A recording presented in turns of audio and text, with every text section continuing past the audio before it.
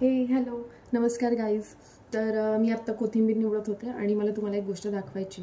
कोथिंबीरची गड्डी माझ्या हस्बंडनी 40 रुपयाला आणली. हो, पुरुषांना अजिबात समजत नाही की किती रुपयाला मिळते हे, तर ते जास्त बार्गेनिंग करत नाही. हे बघा, ह्या कोथिंबीरच्या गड्डीमध्ये हे काय काय निघालं हे बघा, दिसते तुम्हाला? अशी फसवणूक करतात. तर आजकाल बऱ्याच ठिकाणी भेसळ झालेली आहे. जसं शुद्ध भाज्या, फ्रेश भाज्या मिळणं सुद्धा अवघड झालेलं आहे.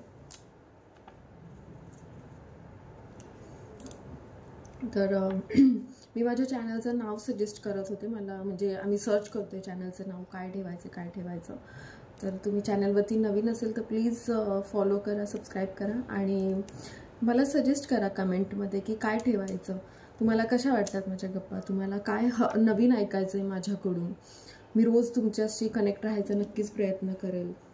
तुम्हाला माझे कलेक्शन दाखवेल, माझे ज्वेलरी कलेक्शन दाखवेल, माझे ब्लाऊजचे कलेक्शन दाखवेल, साड्यांचे कलेक्शन दाखवेल. तुम्हाला काय आवडेल बघायला, तुम्हाला मी कुठून आहे, माझे हस्बंड कुठून आहेत हे ऐकायला आवडेल, की सुरुवातीला तुम्हाला काय आवडेल हे नक्की मला तुम्ही कमेंट करून सांगा. मी तसं तुम्हाला व्हिडिओ बनवत जाईल. मागे मी एक व्हिडिओ बनवला होता आणि कालच एक व्हिडिओ बनवला होता. त्यामध्ये मी सांगितलं की बऱ्याच महिला काय करतात, आपली चॉईस बाजूला ठेवून आहे ना हस्बंडसाठी करतात. हे मी तुम्हाला सांगितलं. पण मला असं वाटतं की स्वतःची चॉईस जपणं पण खूप इम्पॉर्टंट आहे. आपल्याला नाही माहिती की हे आयुष्य आपल्याला परत मिळणार की नाही. तर एकदाच मिळतं, जगून घ्यायचं छान, तुम्हाला जसं वाटतं तसं. आपल्याला आपल्या लिमिटेशन्स जर माहिती असेल ना तर आपल्याला काही कुणाला घाबरायची भीती नाही आहे. म्हणजे घाबरलं नाही पाहिजे मला असं वाटतं. आपल्याला आपले लिमिटेशन्स माहिती आहेत. आपल्याला माहिती आहे की आपण वेगळं काही चुकीचं करणार नाही आहे, काही वल्गर नाही करणार, अश्लील नाही करणार. सो समोरच्याला घाबरण्याचं काहीच कारण नाही आहे. तर आपण सुद्धा आपल्या चॉईसेसनुसार वागायला पाहिजे. आपल्याला जे वाटतं, बऱ्याच जणांना असं असतं की मी हे विअर केलं तर ह्याला काय वाटेल, त्याला काय वाटेल. तर त्याला काय वाटेल हा त्याचा प्रश्न आहे. तो त्याच्यावर सोडून द्या. तुम्हाला काय घालायचं आहे, तुम्हाला कसं राहायचं आहे, हे तुमचं आयुष्य आहे. तुमचं आयुष्य तुमच्या पद्धतीनं जगा. एक मैत्रीण म्हणूनच सध्या मी शेअर करते. तुम्ही कुठून मला बघताय मला माहिती नाही. तर मला कमेंट करून सांगा की तुम्ही कुठून बघता, तसं आपण बोलत जाऊया. मला छान वाटतं तुमच्याशी बोलायला. जेव्हापासून मी हे व्लॉगिंग चालू केले एक वेगळाच कॉन्फिडन्स आलेला आहे की नाही मी करू शकते. सो बघूया आता आपण कुठपर्यंत ही आपली जर्नी घेऊन जातोय. नक्कीच जाणार तर आहेच पुढे, ह्याचा मला कॉन्फिडन्स आहे.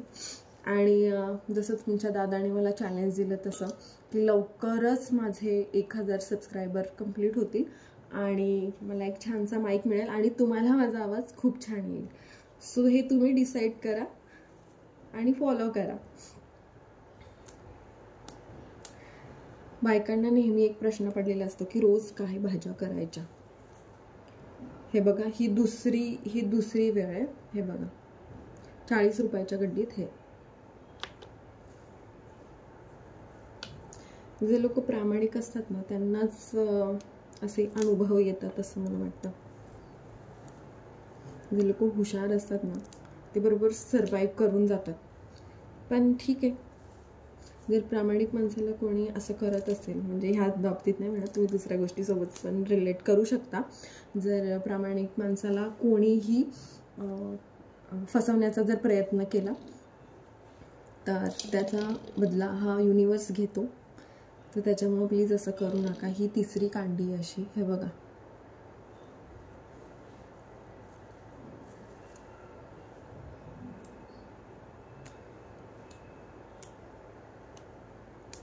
इथं धैर्य आणि धैर्याचे बाबा झोपलेले आहेत. त्याच्यामुळे मला फार हळू बोलावं लागतं आहे. आणि एक खूप चांगली गोष्ट झाली आहे की बॅकग्राऊंड नॉईज पण नाही आहे. आत्ता दुपारची वेळ आहे आणि आत्ता सगळे झोपलेले आहेत. तर त्याच्याबद्दल म्हणजे आवाज नाही येते तर मी तुमच्याशी छान गप्पा मारू शकते.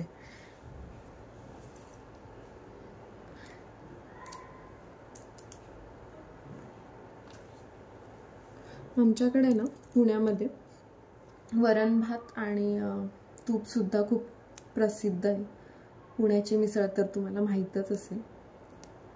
पुण्याची मिसळ, जसं पुण्यामध्ये मिसळ आहे तसं जळगाव चोपडामध्ये वरणबट्टी आहे. म्हणजे सुरुवातीला मला माहीत नव्हता हा काय प्रकार आहे. जेव्हा लग्न झालं तेव्हा समजलं. लग्न झाल्यावर जेव्हा आपल्याला इन्व्हाइट करतात सगळेजण घरी जेवण्यासाठी वगैरे, नवीन नवरीला ओळख व्हावी म्हणून, तर मी तुम्हाला सांगते, मी जेवढ्या पण रिलेटिव्सकडे गेले लग्नानंतर, तर सगळ्यांच्या घरी वरणबट्टी वरणबट्टी वरणबट्टी वरणबट्टी. आणि फायनली ऑफिशियली मी आता वरणबट्टी करायला शिकले. तर माझ्या हस्बंडला खूप आवडलं ते. आता दर आठवड्याला आमच्याकडे सुद्धा वरणबट्टी असते. आणि सोपी आहे करण्यात, एकदम सोपी आहे, काहीही अवघड नाही. जर तुम्हाला हवी असेल तर त्याची सुद्धा रेसिपी मी तुम्हाला देईल. वरणबट्टी, वांग्याची भाजी, वांग्याचं भरीत म्हणतात, सॉरी, वांग्याचं भरीत, आणि चोपड्याची वांगी, जळगावची वांगी सुद्धा आहे ना वेगळी असतात. पुण्यात जांभूळ कलरची वांगी असतात, तर चोपड्यात मोठी मोठी वांगी असतात, हिरव्या कलरची वांगी असतात. आणि बनवण्याची पद्धतही फार वेगळी आहे तिकडे. ती वांगी भाजून घ्यायची, चुलीत भाजून घ्यायची, आणि जसं आपण इकडे पुण्याकडे कांदा टोमॅटो टाकतो तसं भाजून घेतली ना वांगी की कांदा पण टाकायचा आणि त्याच्यात कांद्याची पातसुद्धा टाकायची. मग शेंगदाण्याचा कूटही काही जण ॲड करतात आणि बाकीचं लसूण वगैरे फोडणीत देतात. तर तुम्हाला प्रॉपर रेसिपी हवी असेल की खानदेशी वांग्याचं भरीत, ते सुद्धा मी तुम्हाला करेल. बऱ्याचशा नवीन गोष्टी मी शिकले की फुंडके वगैरे. तर सांगा तुम्ही मला की काय हवं आहे, कुठली रेसिपी हवी आहे, आणि कसे वाटतात तुम्हाला माझे व्हिडिओ. चलो भेटूया नेक्स्ट ब्लॉगमध्ये. थँक्यू.